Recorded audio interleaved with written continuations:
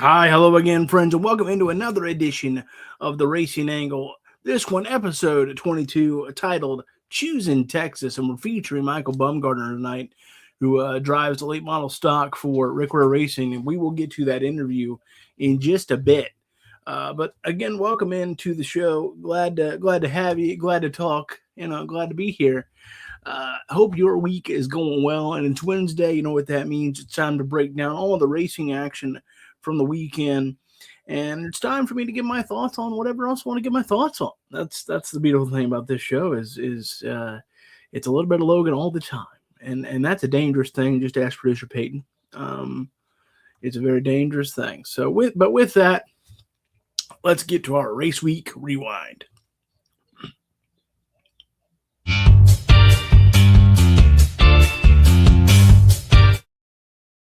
All right, NASCAR had all three series at Texas, and they say everything's bigger in Texas. And indeed, there was some big drama in Texas, and we're going to get to that.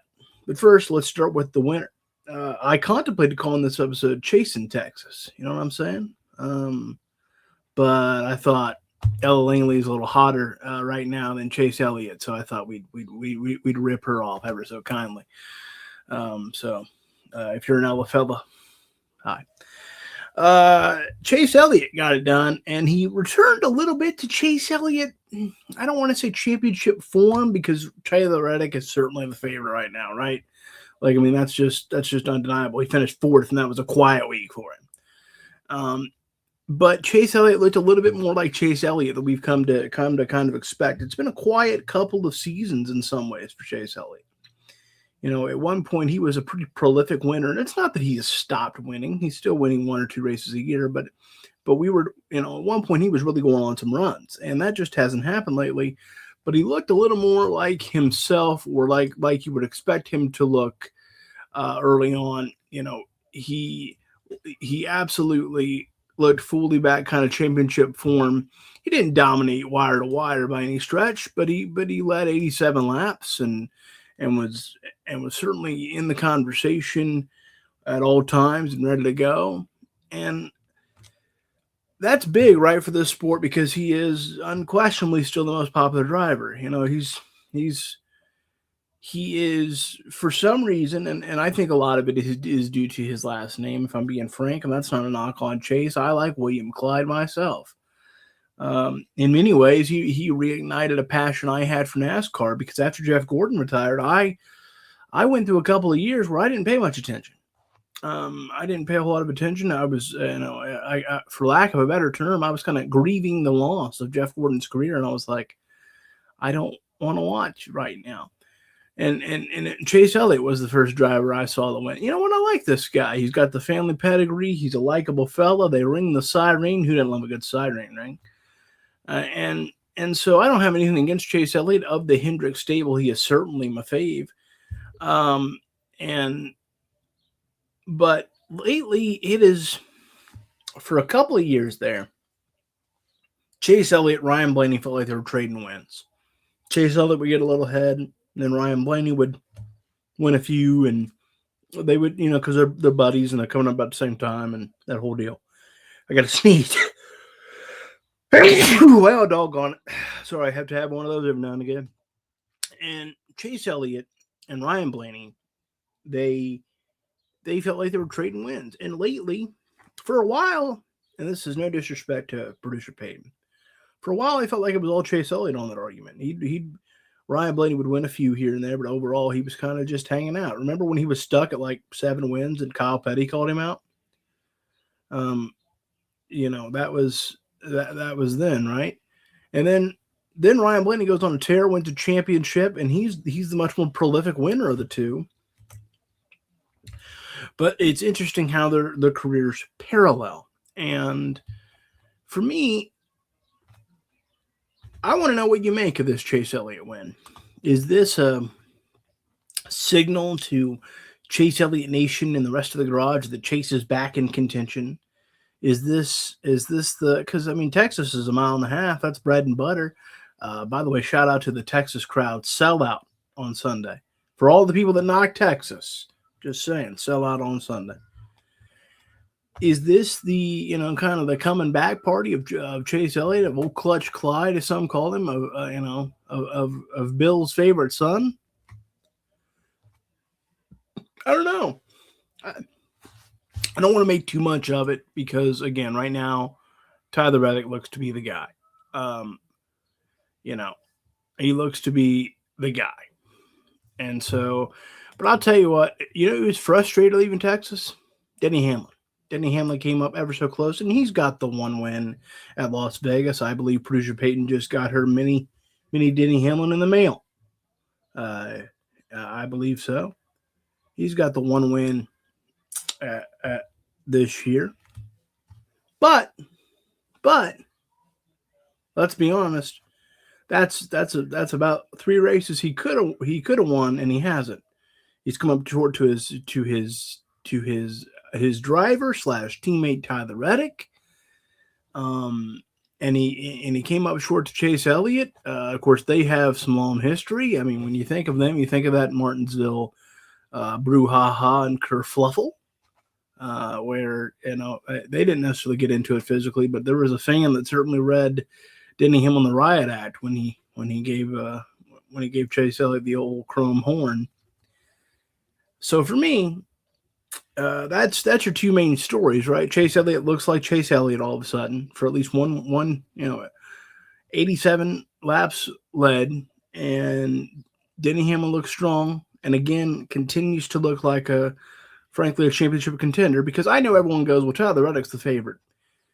Here's the kicker: for those of you that missed the playoff drama, and I know a few of them, we're going to get a little bit of it because the points we set after the regular season, yes, they'll have a sizable lead, but it won't be as big a lead as Tyler Reddick currently has, and I'm not suggesting he'll maintain this humongous lead as we go through the year.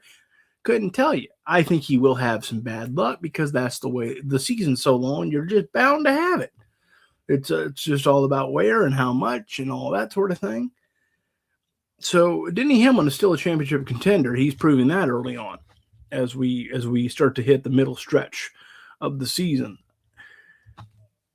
But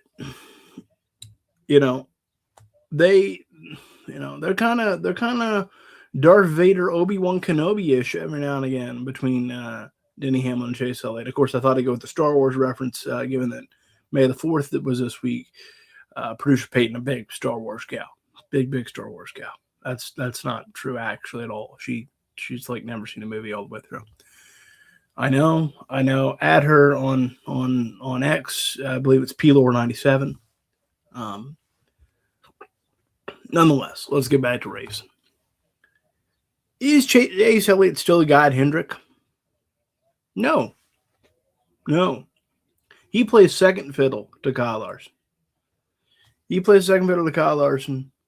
can make an argument he plays third fiddle to Kyle Larson and William Byron.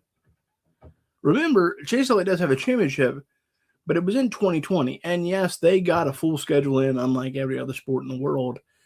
But it was still a very weird schedule, and races were during the week, and there was no practice. There were, it was kind of run what you run, and here we go. I don't even think there was qualifying, if memory serves. It was 6 years ago, so you had to forgive me. I think qualifying was usually set based on the laps you ran at the last race, because again, it was just a very run what you run. We're trying to get these races in time. You forget that year was the same year that Ryan Newman nearly lost his entire life, let alone career, at Daytona. And I mean, how long ago does that feel? And you forget that's the same season. So the thing about it is what does this win do for Chase Elliott? Does it bring him back? Does it put him back at the forefront? Yes. Chase Elliott Nation thrilled. Absolutely. I get it. But he's starting to feel like the last most popular driver, and here's a hot take for you. Dale Earnhardt Jr. never quite reached the zenith he should have. And yes, Chase Elliott has a championship, and you can't take that away from him.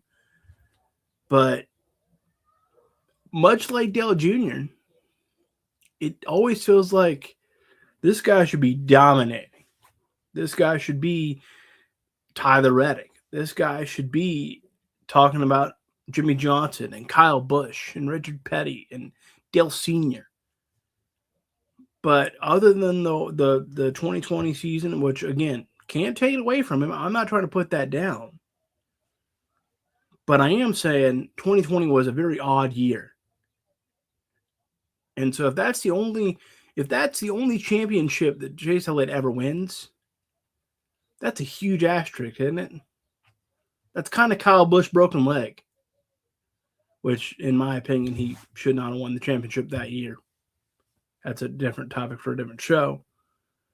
Just interesting to think about. Other big stories coming out of Texas Cup-wise was Joey Logano has, if he didn't have bad luck, he'd have no luck at all. He had bad luck on pit road, got into Stone Cold Custer, and his day was shot. His day was ruined. And that feels like the theme of Joey Logano's season so far. And now there's plenty of time, but I mean, Joey Logano is not sitting pretty as far as the chase goes. And again, too early to start going, oh my God, not going to make it.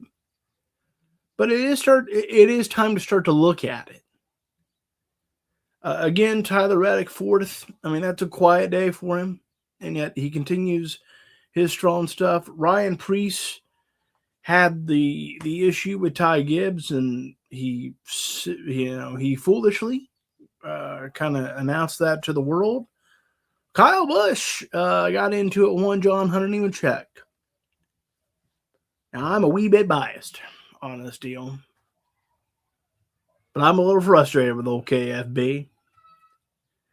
Eric Jones had a damn good day for the 43 stage win. John Hunter was having a good day by his standards.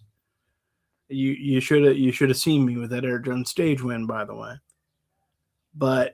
And John Hunter was having a solid day. And guess what? At Legacy Motor Club, they rarely put two good days together. And Kyle Busch made sure that trend continued, because he absolutely adored John Hunter Nemechek. For what reason? Maybe he wasn't clear, but this is Kyle Busch.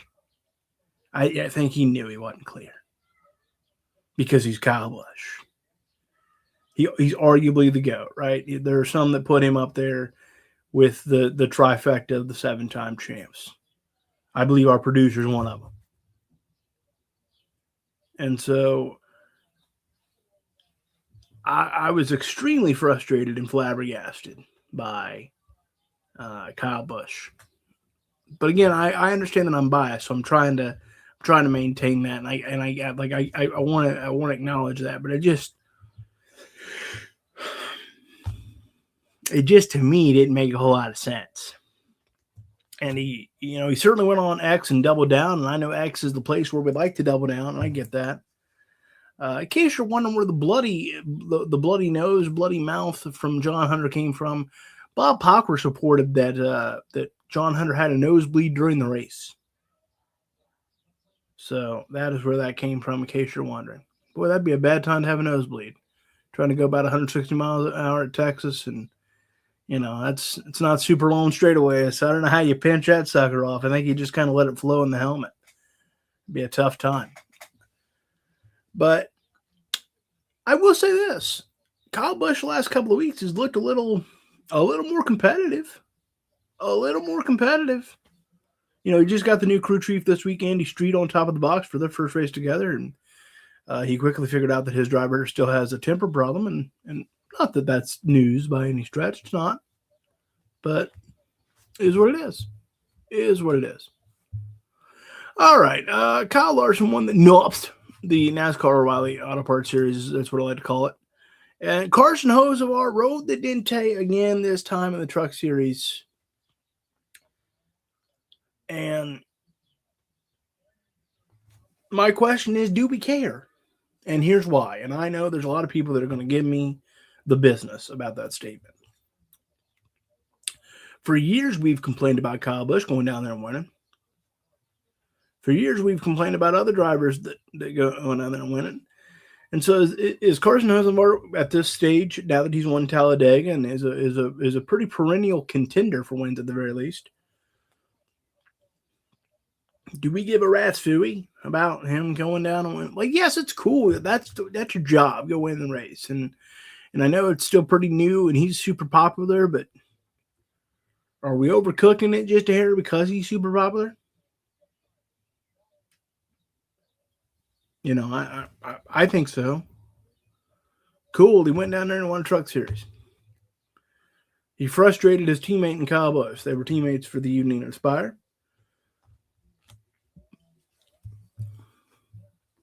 So I just is it that big of a deal? I don't know. Like, yeah, he's the hot hand right now. You know, other takeaways from Texas in the one other final thought I had in the Cup race. Christopher Bell continues to have a very odd season, doesn't he? He continues to have a very odd season. So, we'll see what happens there. Corey Heim stood out as well. You know, he led 69 laps. So Spire Motorsports continued their big weekend. So some really cool takeaways from Texas. I thought it was a pretty good Texas race. It really did.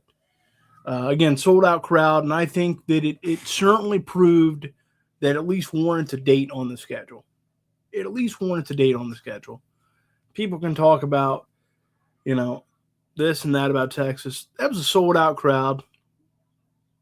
It was a pretty solid race, all things considered. It warrants a date. I don't know where you want to put it on the calendar. I'd put it either early fall or spring like it is right now, because you don't want them people to cook in the summer. But that's just my opinion. Maybe the folks in the grandstands go, hell yeah, raise hell, praise Dale. But Texas is still worthy of a date, and I think if you say otherwise, that's just being unfair. Frankly, I think this whole weekend proved that some of the bad mojo about Texas has been unfair. Some of the groans about Texas going, oh, it's Texas. They've been a little unfair. It was 3 solid races. It was 3 respectable races. There was not a real snoozer of the bunch. So I think that Texas got some of the bad mojo off of it. And I certainly want to see it back on the schedule in 2027. Boy, that's hard to think about. And then finally in the NHRA, the Southern Nationals was had this past weekend at South Georgia Motorsports Park. And boy, what a weekend it was. Shawn Langdon, Mr. 345, we can call him, Mr. 345, because on Friday he made a 345 mile per hour pass. That is the fastest pass in NHRA history. And it's now 75 years as a sanctioning body. And how incredible that was. And he followed that up by getting the Wally on Sunday. Dallas Glenn kept doing Dallas Glenn things despite some tough lane conditions. Got it done in pro stock. Funny car, the moment of the weekend probably, other than the fast pass for Langdon, was Jordan Vandergriff getting the win and dedicating it to John Force's late daughter, Adria Force Height. And what a moment that was in the top end interview with Amanda Busick. And his first NHRA Wally under those circumstances, a tough weekend for the Force family and for the Force racing team, and for them to get it done in a funny car. I'm hopefully provided a little bit of solace on what had to be just an awful, awful weekend. And of course, we send our thoughts and our prayers to John and the entire family and John Force Racing team with that whole circumstance. Again, Dallas Glenn got it done in pro stock, and Matt Smith kept it going in pro stock motorcycle. But there were some strong weekends about Rick Ware Racing. Clay Milliken won a few rounds. Erica Enders at Elite Motorsports won a few rounds. She certainly was much needed on that front to have that kind of weekend. And, of course, Troy Coughlin Jr. went to the runner-up went to the finals in Pro Stock and ended up being runner-up to Dallas Glenn. Huge weekend for him and that Jegs team at Elite Motorsports. Huge weekend. A little soft spot for him due to the Columbus area connection.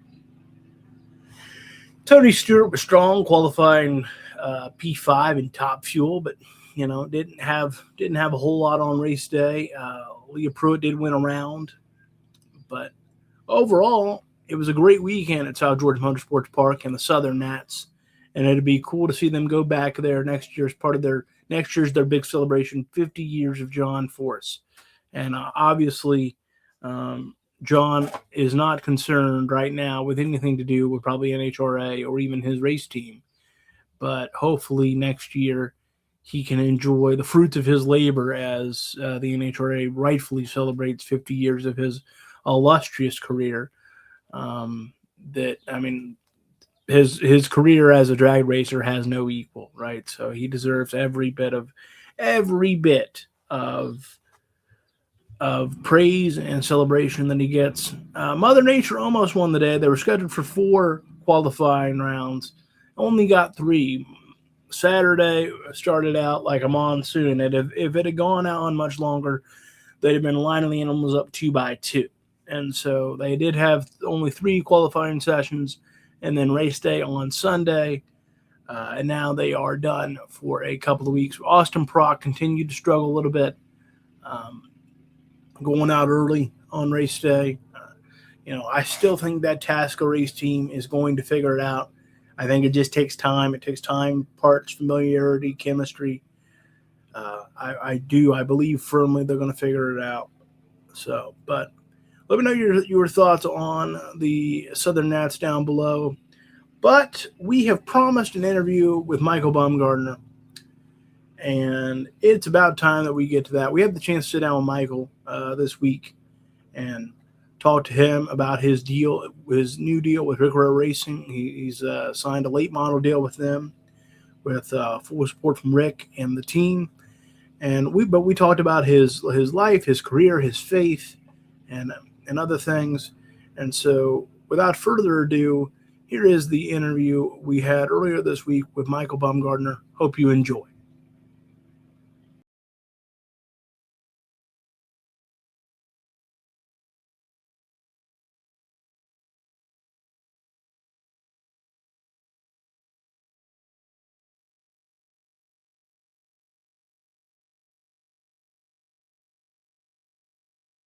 And welcome in, everybody, to a special edition of the Racing Angle. We have a special guest with us this week, and we're so glad to have him. We've been making this happen for a little while now.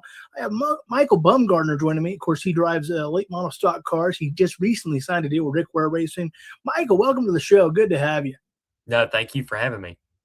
All right. So I want to, we're going to talk about the Rick Ware deal and all that, but for people that are unfamiliar with your career and how you got started, let's walk through that. How'd you get started in racing? What ignited your passion for it? There's a lot to unpack there. Go for it. My racing got sparked by my dad. My dad raced since he was a kid, and I was just at the racetrack with him week in and week out until when I turned 7 or 8, and I could be in the pits with him. So that really just sparked my passion for racing. And as I progressed through like the karting ranks, right around when my dad stopped racing cars, he shifted his focus to my racing. And from there, I just progressed through the karting ranks and then into the late model stock ranks, where he helped me progress in that as well. And I didn't start racing cars until 2022. That was my first year in a full body stock car in the limited late model division at Hickory. And from there, I've just worked hard and slowly progressed my way up the ranks. And I've been in the late model stock scene for about 3 years now. And it hasn't been a long run, but it's been very successful, and I've been very blessed to get where I am today. Do you remember the first race you ran in the late model stocks? I do. It was the 2021 Fall Brawl in the limited late model division. What was going through your mind as that opportunity came together, and then what was going on through your mind when you're about to take the green? I honestly don't know. I really probably can't put it into words. We'd only practiced about 3 times before I'd actually raced with anybody on the racetrack, and that was my first laps around anybody was the green flag of the 2021 Fall Brawl. So it was a lot to unpack. Kind of got thrown to the wolves, as you probably could say, but learned a lot from it. I think we qualified 6th out of 26, run inside the top 5 the whole race, a lot into the top 3 the majority of the race, and ended up coming home 5th. So it was a lot to unpack, a lot to learn.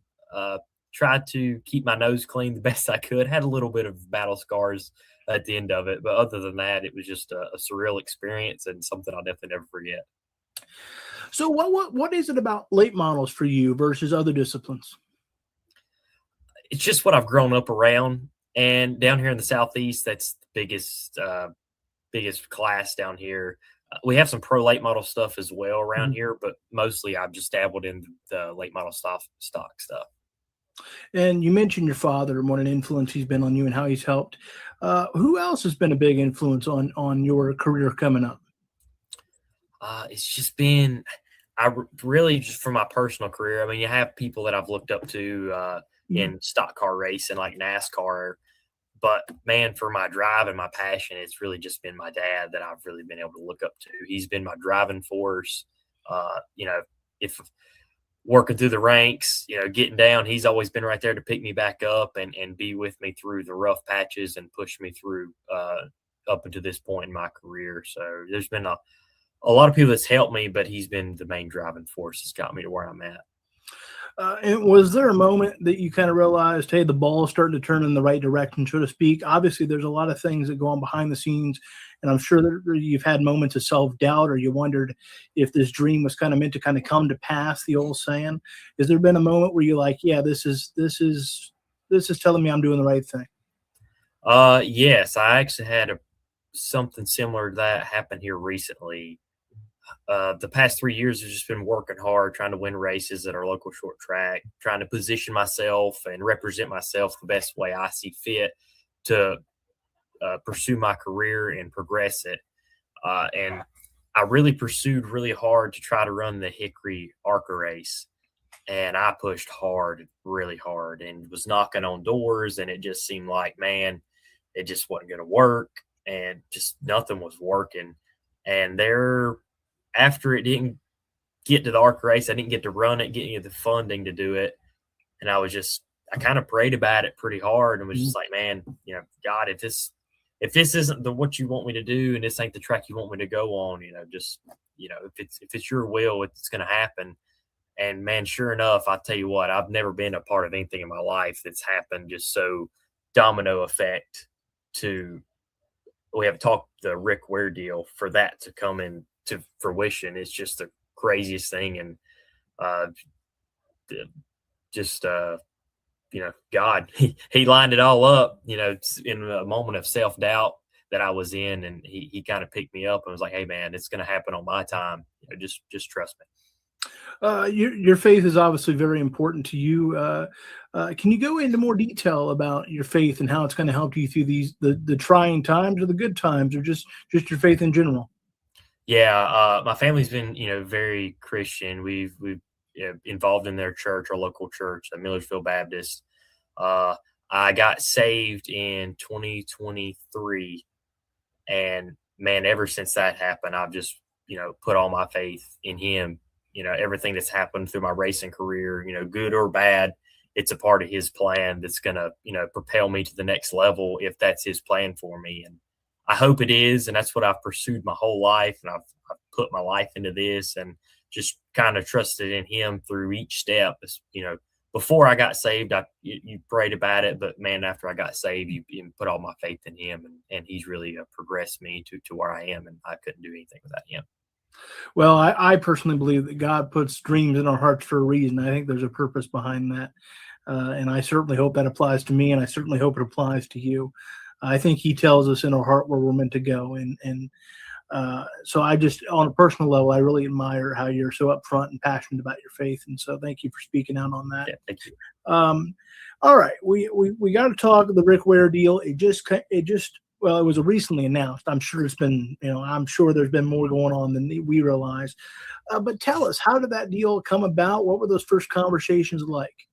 Um, Man, it's a really crazy story if I'm being completely honest. I got all the So time in the world. I recently had switched jobs to Front Row Motorsports for their truck team, Mhm. and I got to know my buddy Tyler. Got to know him working there, and he knew the Wares and the guy who runs their pro late model program. And he's like, "Hey, man, we have a Bible study on Tuesday nights. You should come." So he invited me there, and then that's where I got to meet Rick and JR that runs their pro late model deal.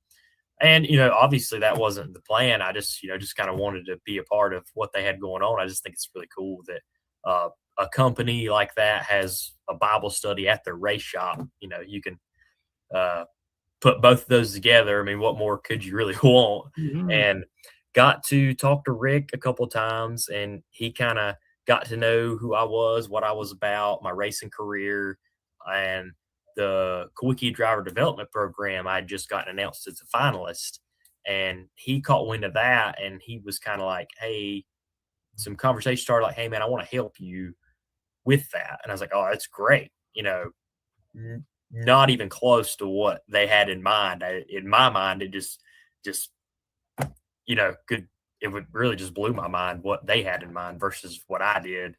I just thought it would be a cool partnership. They could kind of help me out with some funding, and then uh, once we got everything nailed down and they were all in on me, signing me onto their program and wanted to kind of lock me down with them. And I just thought that was just so awesome because I've never had anybody want to stick with me or be 100% behind me before. And for that deal to work out was it really just a dream come true. I never would have dreamed in 1,000 years that I would have got an opportunity like that. And then, what was your first conversation with Rick like? Uh, like any other. I mean, he's probably one of the easiest guys I've ever talked to. I mean, he'll talk to you like he's known you for years. So getting to know him through the conversations of signing me, and then after it just I have a really good, I feel like friendship with him and can talk to him whenever. I mean, I actually texted him before my first race, and he actually called me and talked to me before my first race. So just kind of, I know how busy he is with everything he's juggling and all their series they have, but I just thought that was just awesome to have that kind of, you know, relationship that he could just call me and talk to me with everything he's got going on. Couldn't agree more. So, how has that transition been for you? Obviously, you've raced under your own banner for a long time, but now going to the Rick Ware Racing banner and family. What's been the biggest challenge of that transition? I would say it's been a challenge. It's just kind of take a little bit getting used to. We've been used to rocking the 97 and being under the Bumgarner banner, but Mhm. with this transition to Rickware Racing and the 51 and their associate sponsors as well, we're kind of keeping our sponsors intertwined with that because I mean they're the reason they got me to where I'm at. Mhm. Well, I wouldn't say it's been a challenge. It's been a little bit of adjustment, just kind of getting used to the number and the team and all that good stuff. But I'm just excited. I mean, you know as well as anybody, if you want to move up, you're going to have to adjust. You're going to have to get out of your comfort zone. And not that I was uncomfortable doing this, but it was just a step in the right direction that I felt like I needed to take. So a little bit awkward not seeing the 97 and rocking that on a weekly basis, but the pink Super.com 51 looks pretty sweet too. So I'm just took a little bit of getting used to, but I'm really excited. And why does the 97 mean so much to you and your family? Just it's been part of our racing for so long. That was my dad's number. He run all the way up until he stopped racing, and then I just picked up where he left off and keep rocking that number. The font's kind of changed Mhm. since I've come along, but the number and the sentimental value to it is still there, and just kind of want to just keep that family tradition alive. I know some kids really want to branch off from their dad and make their own path, but my dad's just set quite the path for me. I'm just want to stick to it and keep following it. And then looking ahead to your schedule, the rest of the season, what's the next month or two looking like for you? The next month or two, May 16th will be our next race at local level at Hickory Motor Speedway. Uh, and I think we have some Triple Crown events coming up the next couple months as well in June and July, as well as a couple car tour starts at Hickory and North Wilkesboro. You mentioned Hickory, and your prowess for Hickory Motor Speedway is well known. I mean, the things you can do at Hickory Motor Speedway, it's kind of the stars of tomorrow track, right? Well, there's something about Hickory you have down. So I have to ask, what is it with you and Hickory Motor Speedway? I don't know. I think it's just a lot of hard work and dedication to the craft at that track. Being around it for so long and watching as many laps as my dad's made there and just watching all the races that I have there, I just always felt like deep down I just knew I had what it takes to get it done there. And all the laps that I've gotten over the years, the bumps and the lines, and the way I go about saving tires, I just feel like have the way I save tires and the way I navigate the bumps, it just gives me a little bit of an edge versus the competition. And the run that we're on right now, it's pretty cool to have. And then what's it like being what's it like being so familiar with such a historic track? There's so much history at Hickory Motor Speedway. If those walls could talk, right? They've forgotten more about the sport than you and I will ever know. Do you Yeah. still kind of get caught up in the history of the track, and what's that like? Yeah. The biggest thing that I kind of get caught up with is the Champions Wall, where I've got my name on there twice Mhm. now, and that's just super cool. And if you just take a moment, go and read through the names that are on that wall, it's just Ned Jarrett, Ralph Earnhardt, like legends of the sport that helped build the sport to what it is. It's just super cool, and it's just really it'll kind of take you back a little bit if you really think about, like you said, the history of the track. Yeah, I feel like and obviously I'm not in that spot, but I feel like you can almost get overwhelmed by it because, kind of for lack of a better term, the ghosts that are around there are just incredible. You mentioned early on that your father is such a major influence, and obviously you mentioned watching NASCAR. Who were some of those kind of NASCAR heroes or motorsports heroes as a whole growing up that kind of motivated you to continue to pursue this passion? Uh, my favorite driver growing up was Casey Kane. My dad worked for Ray Everham when the Dodge deal was going on, so Casey Kane was the man for me up until he retired. So it was just pretty cool to keep up with him, and for my dad to work for his team in the Cup side, it was just really cool. And then you mentioned Rick Ware. He's got so many different series and disciplines. Obviously, I would think long-term NASCAR is the goal for you, but he does also have, he has great success in the NHRA. Would you ever consider something like a top fuel dragster or something like that? Because obviously he has success in that discipline as well. Man, I don't know. I don't know if I'm cut out for that kind of racing. Obviously, if it got to a point where I had a steady career and maybe what I was Mhm. doing, if they offered me to, come learn and do it, I'm not going to say no to getting into a race car. But that would be a tall order to learn and a lot of learning because those guys are a different breed. So I give them all the credit in the world to do what they do. No question about that. And we talk Hickory, we talk North Wilkesboro. Is there a track that you want to run that you haven't had the chance to that you're just dreaming of that opportunity? Uh, I wouldn't say I necessarily dream or just bucket list track, but there's some short tracks that I'd definitely like to go to Ace Speedway. I've talked about it quite a bit recently, and I just actually went and helped my buddy there. He races the limited late model division, but Mhm. that's one track I've always wanted to go race at. It just looks like it's a mini Martinsville type racetrack. Just looks like it'd be a blast. And just a few more questions. You're being so generous with your time. But what's something away from the track that most people don't know about you? Uh, I am an avid golfer and an avid RC car racer. Maybe not. I mean, I Mhm. guess with me, maybe that's a little bit obvious. If it's got four wheels, I'm gonna be driving it. But I am an avid golfer as well. I played golf throughout high school, and that was something I did in my free time and pursued while I raced in high school and growing up. And if you weren't racing, and you are, but if you weren't racing, what do you think you'd be doing? Uh, I would say I would have probably pursued golf if racing like had nothing to do with the picture. I probably would have pursued golf heavily or a lot more. I don't know if I could have made it pro. I don't know if I was that good, but I would say that's probably what I would have tried to pursue. And then back to late models, where do you see the late model program just overall in the sport right now? Is it growing? Is it declining? What's your thought on late models as a whole right now? Uh, I would say if you probably looked at the tour, you could say it would be growing. But if you took a step back and looked at the local level races, I think that as a whole, we could do a lot better job of organizing these races and maybe a lot of the tracks working together to get more car counts. I think Hickory and Tri County could do a better job of working together instead of having 10 to 15 at one track and 8 at the other track. You can combine those and have a full field.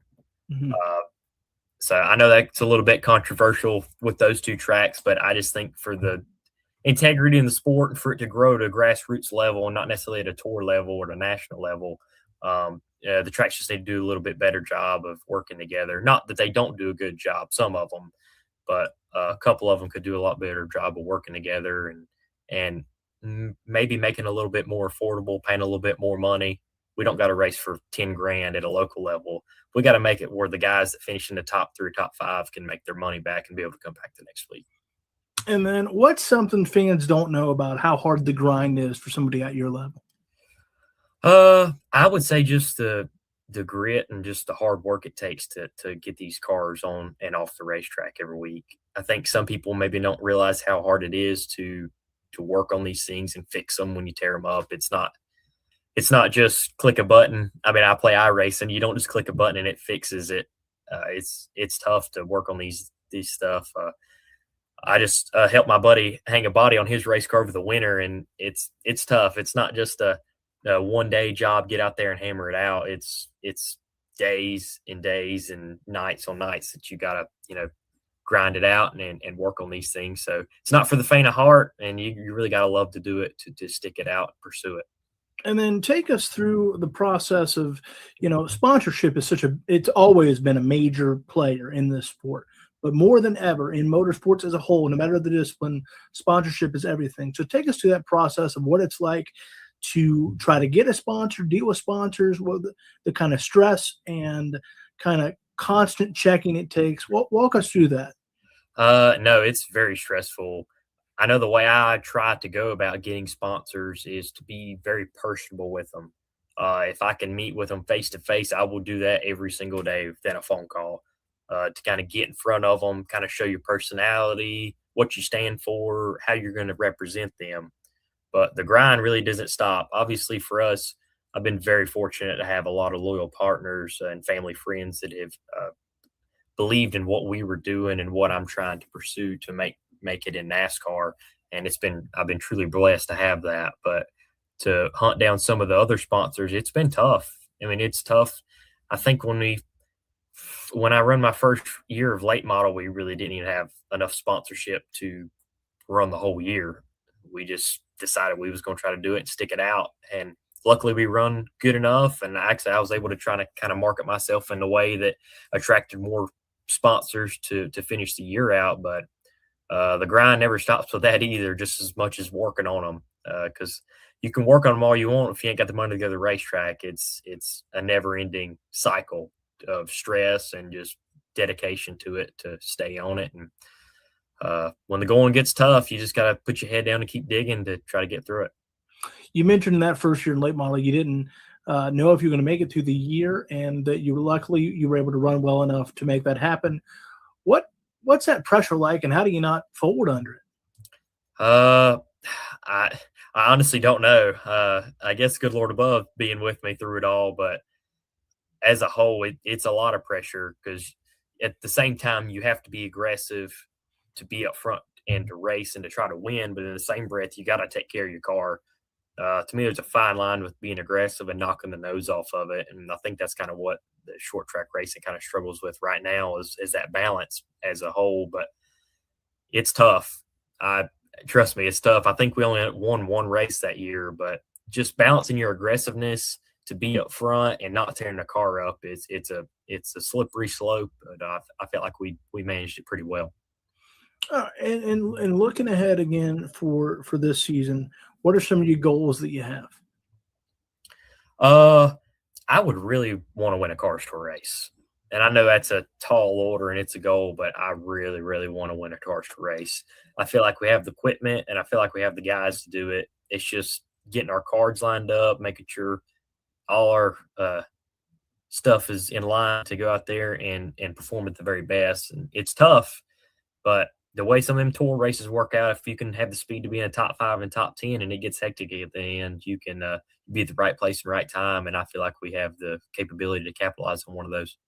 Have you visualized what that might be like with your father, or getting that call from Rick, or what those emotions could be like if that moment comes to pass?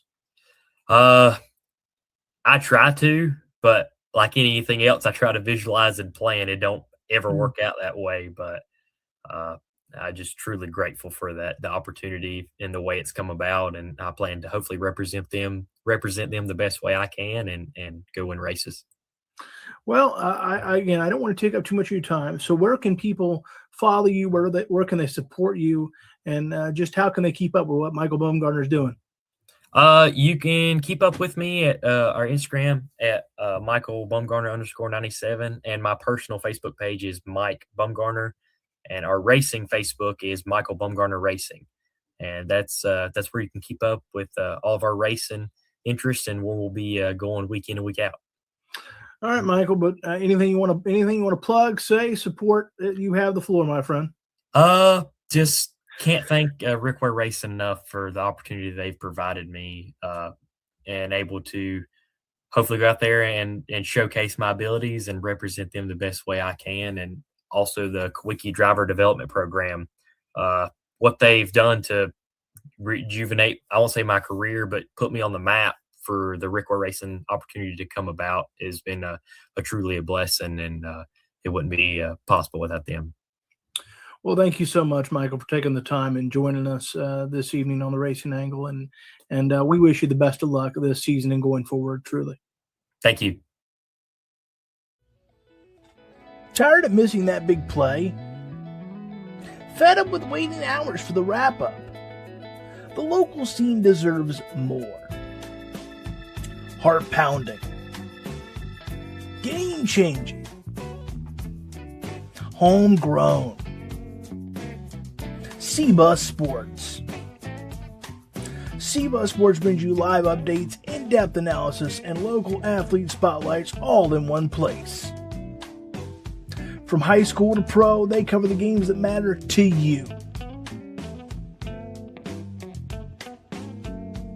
Get inside access from the locker room to the starting line. Meet the players that Columbus roots for. This is more than sport, it's our community. It's every kid in cleats, every team in the stands, and every fan who bleeds their colors. C-Bus Sports is here for the passion, the pride, and the hometown story. Go to cbussports.com today and be the first in the know. C-Bus Sports. The game doesn't wait, and neither should you. Hi, everybody, and welcome back to the Racing Angle. And we want to again thank Michael Bumgarner for taking the time. And earlier this week, wonderful conversation he and I had, both on camera and off. We're wishing him nothing but the best, and hopefully we will have him back on later this year. But with that, we got to quickly move it along. Let's get to some very quick Hot Lab headlines.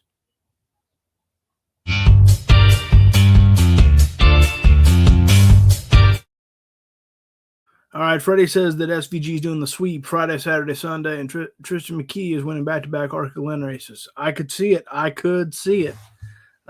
really could, but I'll save my thoughts for just a few minutes. The big news of the day: Ryan Blaney signed a multi-year extension with Team Penske.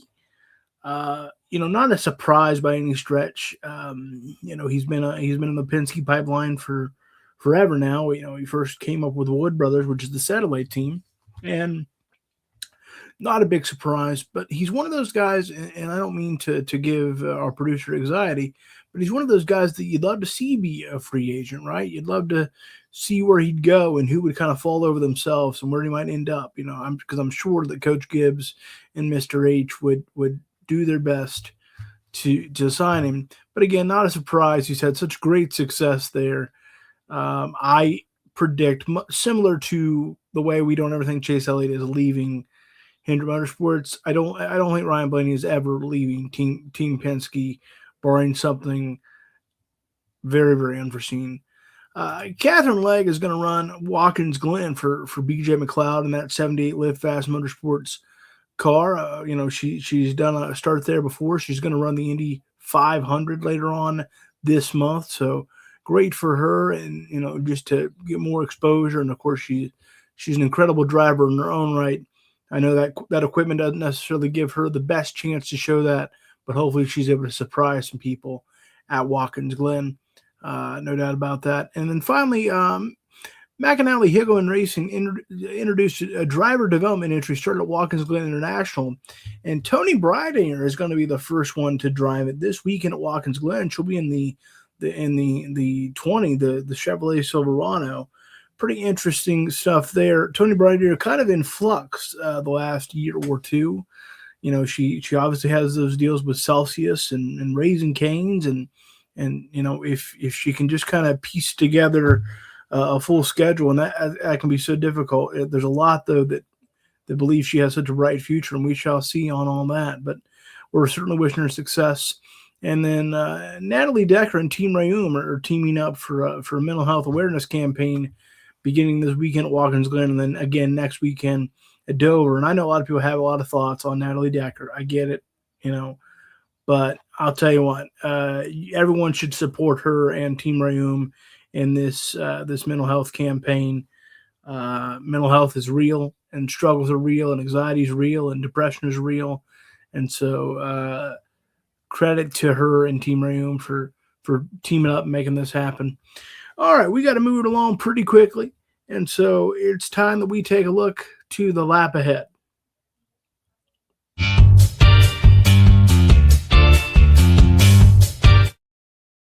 All righty. Well, it's time to make predictions. All three series are at Watkins Glen, and Freddie Dunn said he thinks we get a sweep from SVG on Friday, Saturday, and Sunday. And I gotta tell you, I think someone's gonna break that sweep up, and I'm gonna take Connor Zilic on Friday, and I'll take SVG on Saturday and Sunday. That's the way I'll take it. That's the way I view it. I would love to see someone surprise us and kind of outduel SVG, especially in the Cup race, just because I think it would be a good story. But that's just my take. My thought. But I'll take Connor Zilic to get it done in the truck, and I'll take SVG on Saturday and Sunday. That's the way I view it. And so neither here nor there. But Watkins Glen, of course, is one of the kind of the original road courses on the schedule.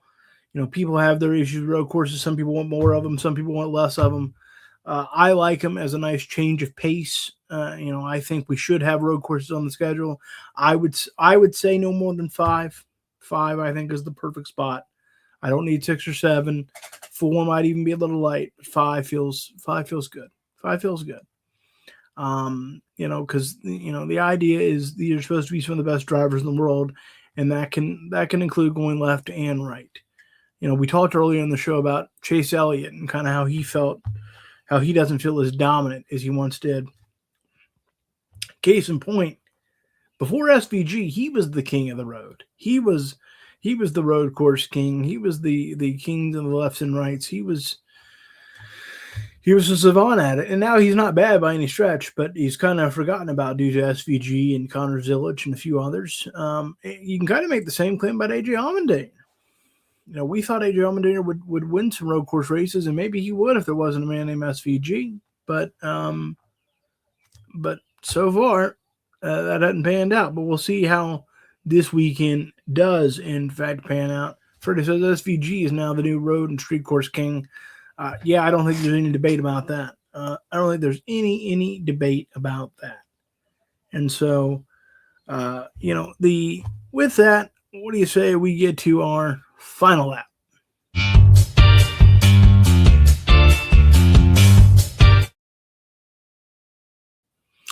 All right, another edition has come and gone of the Racing Angle. Again, I want to thank Michael Bumgarner for being so generous with his time earlier this week and talking to us for quite some time about his career and what's going on there. And be sure to give him a follow on all his social media. I know it's Michael Bumgarner Racing on Facebook and Michael Bumgarner _97 on Instagram, and keep up what he's doing because he's got an incredibly bright future under the Rick Rowe Racing banner now, and he's I can attest pretty darn cool guy as well. We had a wonderful chat both off and on air, and it was time well spent. It was fun, and so we got Watkinsville coming up, and then you got the All-Star race at Dover the next week, and we're marching right along. We're getting close to the Amazon portion of the schedule. We're getting close to saying our yearly farewell to Mike Joy. The rest of the Fox booth I can give or take, but Mike Joy is a true he's a true national treasure. And if you don't like Mike Joy, you are the problem. And if you think Mike Joy needs to retire, you're wrong. And if you are tired of listening to Mike Joy, you need to turn your TV up louder. And if you don't think he puts enough emotion in broadcast, you are spoiled by people that just scream now. If you're just used to listening to MRN, and I'm not putting down MRN, what they do is incredible. But Mike Joy has forgotten more about the sport than most of us will know. And so we're getting close to saying goodbye to him for another year. Hopefully he'll come back in 2027. I know he kind of takes it year to year these days and makes a decision pretty quickly, which is almost always, it's always been to come back. And hopefully I hope he comes back for another decade, because Mike Joy is again a national treasure. He's our Ken Squire in this era, and we should appreciate him. The rest of the Fox booth, I could, some weeks are tough for me, but we're getting ready to head over to Amazon Prime season, but a few more weeks on Fox, and everybody can say, well, look, there's no commercials. Yeah, because it's a streaming service. Nice job.